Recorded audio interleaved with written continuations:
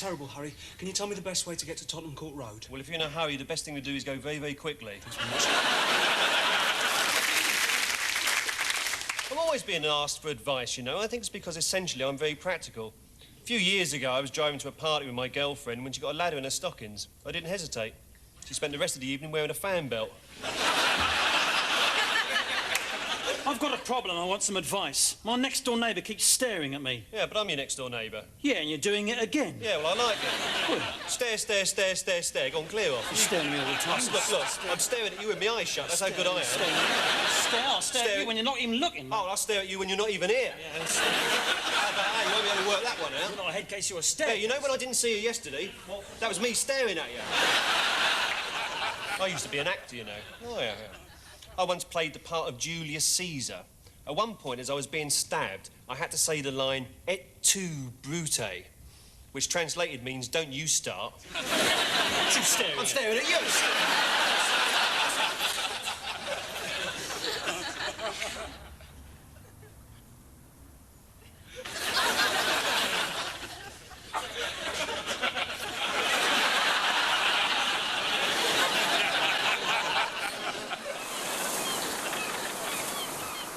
Look, we've got to stay awake. If we can stay awake, there's a chance we'll survive. Let's have another round of Trivial Pursuit. Right, Curtis. Who won the Eurovision Song Contest in 1967? You can't answer, sir. He's dead. Shut up. Come on, Curtis. Have a guess. He's been dead for 2 hours. All right, then. Sport, Curtis. Who scored the winning goal? For God's sake, why didn't you put him over the side? You're the captain, aren't you? That's right. I am the captain. I still give the orders around here. May God rest his soul. You unfeeling swine. Look, Curtis is dead. Yes. So why did you push Nugent over the side? Nugent? He was only having a nap. All right, anyone can make a mistake. Yeah, but you keep making them, don't you? What do you mean? It was you that took on a cargo of 500,000 bags of custard powder. I didn't know the hold had sprung a leak. I didn't know custard was aboard till it started coming through the air conditioning. I've never seen so much custard. You should have closed the watertight doors. They were no good. We needed custard-tight doors. All right. Stop going on about the custard. Custard on the floor. Look, let's change the subject.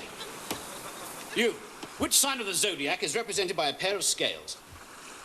If you don't answer, I'll deduct 5 points. That's Curtis, sir, and he's still dead. All right, then keep the points. Now, who's on lookout? Oh, nothing to report, sir. Except for a 15-mile custard slick heading this way. Wait a second! There's a ship on the horizon! Quick, send up a flare. Who's got the flare gun? Curtis has got it. It's in his trouser pocket. Well, get it. I'm not putting my hand in a dead man's trousers. Besides, rigor mortis is set in. You'll never get it out now. Look, all you've got to do is put your hand in his pocket, point his leg up into the sky and pull the trigger. Well, I'm not doing that. That's an order. Well, I'm disobeying that order, and what's more, I'm taking command of this vessel. I'm relieving you of your captaincy. All right, you better have the hat then. Right. Now that I'm in charge, I order you to get the flare gun. I'm disobeying that order, and what's more, I'm taking command of this vessel. I'm relieving you of your captaincy. Well, you better have the hat back then. All right, then I will. Now, get that flare gun. Oh, it's too late! The ship's gone! It's 0800 hours. Who's got the rations? Nugent has. And you pushed him over the side. All right, then there's only one thing for it. Ellis. Yeah. Who wants custard? That's not bad, though, actually, is it?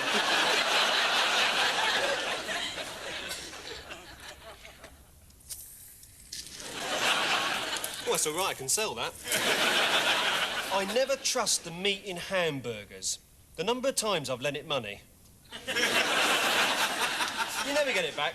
You know all the meat that's not good enough to put into hamburgers? Well, what they do is they get it all together, press it down, and make hamburgers out of it.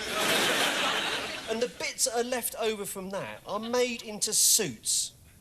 Now, there are people walking around wearing beef suits. Beef suits with pork trousers and ham shirts. You spot them on a hot day. They're the ones sweating gravy. Excuse me, these photographs you developed for me last week. What about them? Well, there's a sort of orange light all over them. Yeah, that's your fault for trying to take pictures on Neptune. Nobody told me. Oh, go on, clear off. I was watching television the other night and the newsreader said, for those of you who don't want to know the result of tonight's televised FA Cup tie, please turn away from the screen. Leeds 1, Tottenham 2. Here's a good book. Statistics Made Interesting. What am I talking about? It's not interesting at all, yeah. Here's a better one. Statistics Made More Interesting, right? Now, it says here that a swordfish has never been known to crash a car. And there are less car accidents in Peterborough than anywhere else. Well, I've never been to Peterborough, but I'm willing to bet it's full of swordfish driving mini metro. It's got to be a step in the right direction.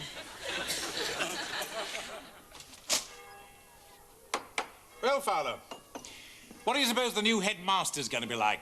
Mr. Beaumont? A classics man, I should imagine. I understand he recently turned down Eton. Said it wasn't traditional enough. You won't find any lack of tradition here at St. Boniface. Still, he is a bit of a mystery man. Anybody here know him? I heard that last year he published a thesis about the influence of Plutarch on Western democracy in 9 volumes. I looked him up in Who's Who. Apparently, his hobbies include translating classical Chinese into Coptic verse. Sounds just what we need. A firm believer in traditional values. Yes, but also with a supreme intellect. Oi! What Burke left that bicycle lying about? I nearly broke me flaming neck. Can we help you? Yeah, name's Beaumont. Mr. Beaumont! Welcome! I'm Fowler, Maths Department. Maths, eh? What's 2 and 2? 4. Good, you'll do for me. Who are you? Simpson, sir. Games. Games, eh? Tell me, Simpson, you ever done boxing? No, sir. You have now. Come on, right, who else wants to go? Come on, come on. Come on, you're like a bunch of old women. Women? Oh. What's the matter with him? Oh, that's old Mr. Jago. He can't abide the idea of women teachers. Really? Who are you? Soper, sir. French and German. Blimey, your mum got about a bit. No, sir, I teach French and German. Oh, I say, well, let's have a bit of French then. Bonjour, Monsieur Beaumont, et bienvenue à notre école. That's not French. No, you're going to have to do better than that. The days have gone when you can just make up a load of mumbo-jumbo and pass it off as French. Never heard such rubbish. Is he all right? I think he's coming round. Good. Women. Oi, Fowler. Yes? What are 3 sevens? 21. Yeah, but you had to think about it, though, didn't you, eh? You're all right, the adding up. You can't do the multiplication, though. This place is a shambles. The trouble with this school is you don't give education to those who need it the most. Who's that? Antelopes. Do you know, in the last 20 years, how many antelopes have passed O-level Spanish? I can't say. 4. And 3 of them cheated. Right, we're going to have to make some changes around here, I can tell you. We're going to have some new lessons in. For a start, O-level dentistry. Why would we need that? See? That can be your own work. Headmaster, I really must protest. Headmaster? Me? I'm not the headmaster. I'm the new caretaker. Caretaker? No, I'm only joking. I am the new headmaster. Or am I? You don't know, do you? Am I the caretaker or the new headmaster? You don't know whether to be happy or sad, do you? Oh, this is intolerable. All right, I admit it. I am the new caretaker. I only come in to get your bin. Mind you, I had you going, though, didn't I? Women. Well, that's a blessed relief. Poor old Jago. Yes. Imagine someone like that being a headmaster. All right, my name's Bowman. I'm the new headmaster. My brother, the caretaker, been in.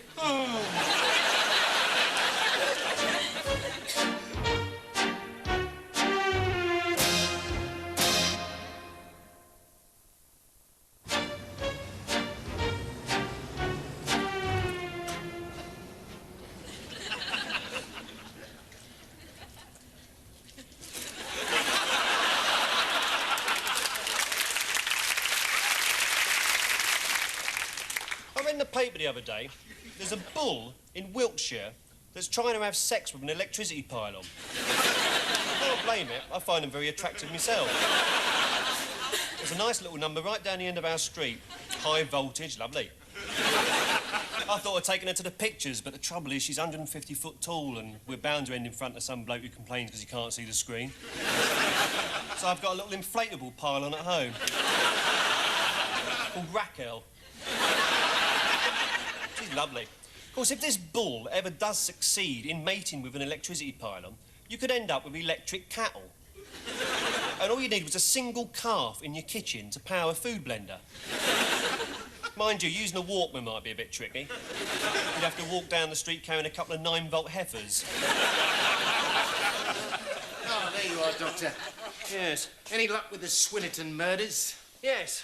The contents of this test tube have proved that Alan Cartwright could not have committed the murder. Ah. And the contents of this test tube have proved that Brian Cartwright could not have committed the murder. Just one thing, Doctor, who are the Cartwrights? I've never heard of them.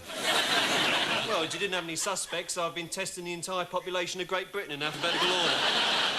I've had them queuing up outside. Just my luck, the murderer will be somebody called Zanuck.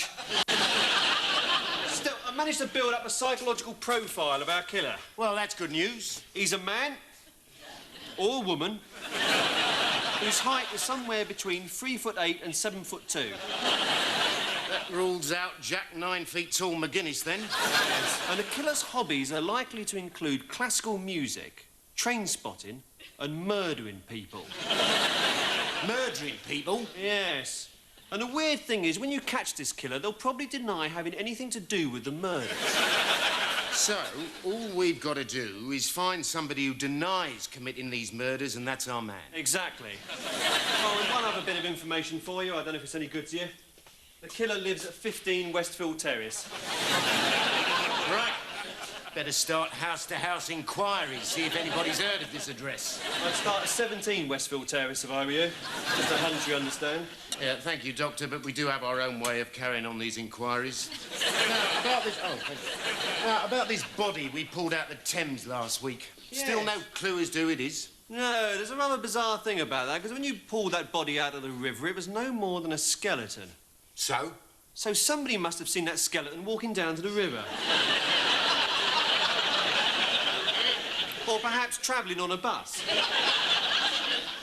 No, he didn't get on a bus. Where would he keep his change? Now, we've tried staging reconstructions to jog people's memories. Yes, but the trouble is, because we didn't know the exact time of death, we've had actors jumping into the river every 20 minutes on a rope system. 72 actors dead. We wouldn't be able to identify them either if I hadn't made them wear name tags.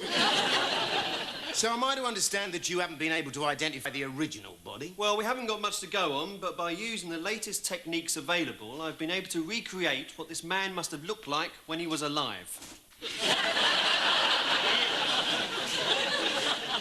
That's my brother. I can see the likeness now you mention it.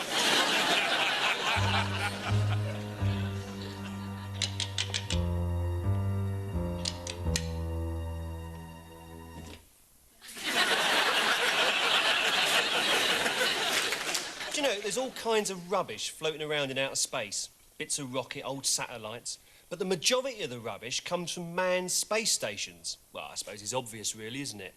An astronaut puts the dustbin out late at night, forgets there's no gravity and the lid floats off. And it could happen to anybody. It's been murder up there. Half-eaten kippers flying around at the speed of light. Have you noticed that when the space shuttle lands, you never see an astronaut get out to empty his ashtray? No, he can't be bothered with all that. He's too big for that. No, what he does, when he's on the journey, he just chucks it out the rocket window when nobody's looking. And you've got all these astronomers looking at the Milky Way. It's really fag-ash. Do you know that one of the rings around Saturn is actually made of quality street rappers? Well, I reckon that NASA should clear it up. It's their rubbish, but will they? Will they? Heck. I mean, they won't do a proper job on it. They'll just sweep it up into one big pile and stick it behind the moon when nobody's looking. What's he saying? Something about a breakout on Saturday night.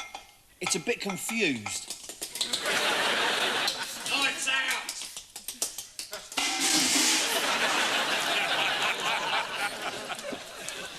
Super hologram kit.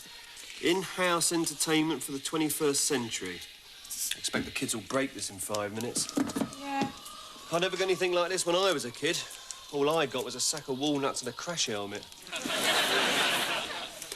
Still, I suppose we better get to sleep before they start screaming their heads off at 5 o'clock in the morning. Oh, God, they're up already. Want a cup of tea, love?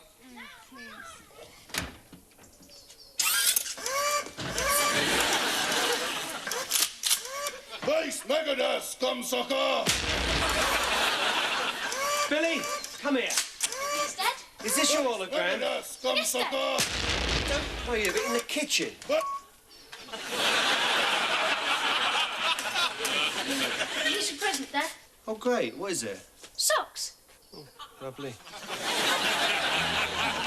Katie, I don't want a ballerina in the living room. Sorry, Dad. That's better. And where's my present? I got you some socks, Dad. Oh, what a surprise.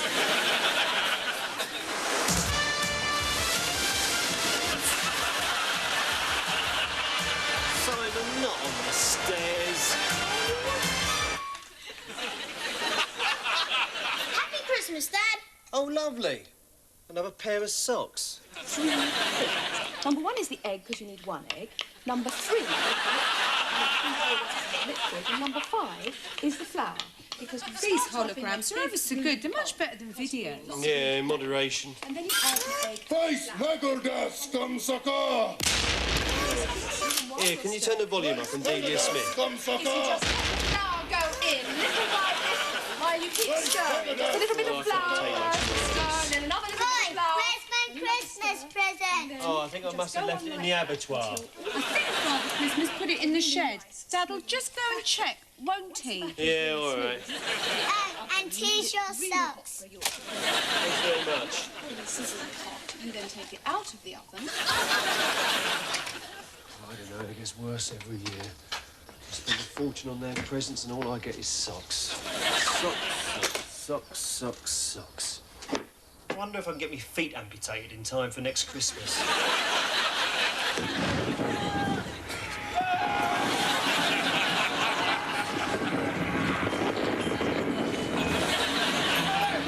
You stop mucking about with these holograms!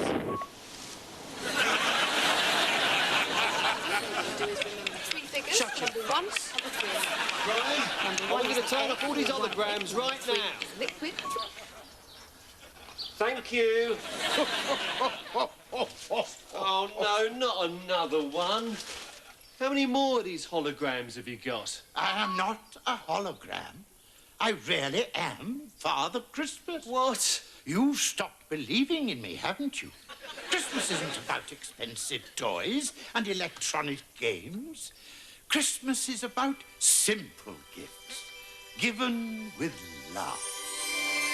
Like an orange, or any whistle, or a nice coat, or a pair of socks. That's it.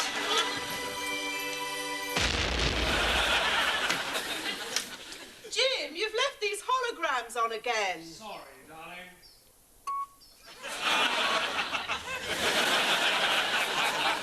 I've just had my eyes tested by the fire brigade. Apparently this one's inflammable.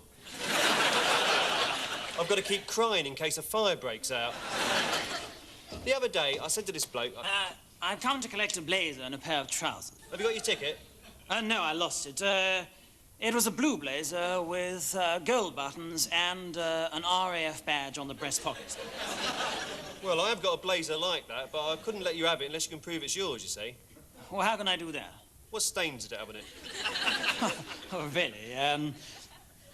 There was some clotted cream on the right lapel. And there's some gravy on the sleeve. Yeah, that's not the stain I'm talking about. I don't know. On the trousers? How can I say? It was, I'll just keep the ruddy things then. Well, I don't know what he was so embarrassed about. It was only wallpaper paste.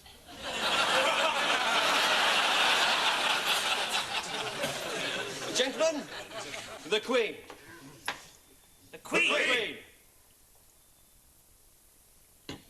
Now, we in the Royal Regiment of Cowards have survived another year without having to do any fighting. But I think it should be brought to your attention... Attention! What are you standing up for? You ordered us to stand to attention, sir. Oh, no, that was just a figure of speech. Oh, we didn't know that. Oh, sorry. Sadly, Lieutenant Turn cannot be with us tonight. But I think there's something you should all know about Turn. About Turn! No, no. No, that wasn't an order. Well, how do we know when you're giving an order and not using a figure of speech? All right, well, we'll have a system, all right? Just before I give an order, I shall tap that sugar bowl 3 times. That's a good idea. Right? OK. Now, for the first time in our history, we have been invited to take part in the Trooping of the Colour. Now, I've spoken to the Ministry of Defence, but unfortunately, there's no way we can get out of it. Sir, I can't maintain my silence a moment longer. I see. Do you feel better now? Yes, thank you, sir. Right. Now, tonight's dinner has been kindly provided by Colonel Jago, who's just arrived back from Saudi Arabia. He has very kindly donated this plate of sheep's eyes. Yes, I know, but we don't want to upset Colonel Jago. So I want you all to eat at least one, and that's an order. Sir! I thought you said you tapped the sugar bowl 3 times before you gave an order. Oh, yes, that's right. Oh, pass the sugar bowl. If that's an order, sir, I can't do that till you tap the sugar bowl. There's a flaw in this system, isn't there? All right, from now on, just forget all about orders. Is that an order, sir? Look, just forget it, will you? I can never forget, sir. 3 weeks in the baking sun, no food, no water, surrounded by sand. All right, well, we won't go to Littlehampton again. Now, I would like, furthermore... Can we go to Birmingham for our holidays this year, sir? I understand they've got a marvellous beach. Oh, Lieutenant Swan, I believe you've just joined us from the Regiment of Liars. No, sir. Right, thank you. Now, may I remind Sir, you... if you do remind us when we don't need to be reminded, how do we know when we're not being reminded about something that we should be being reminded about? Very good, here's your 10 quid.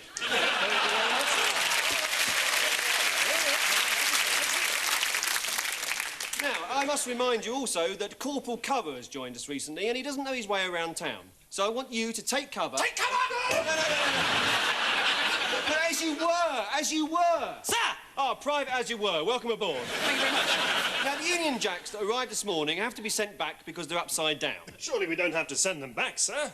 We could just stand on our heads. Ah, yes, but there's always someone who can't stand on their head. Can you stand on your head? Yes, sir. Yeah, I told you. Now, finally, can I tell you that tonight is a charity dinner? For every sheep's eyeball consumed, £1 will go to a special research programme to help the blind sheep of Saudi Arabia.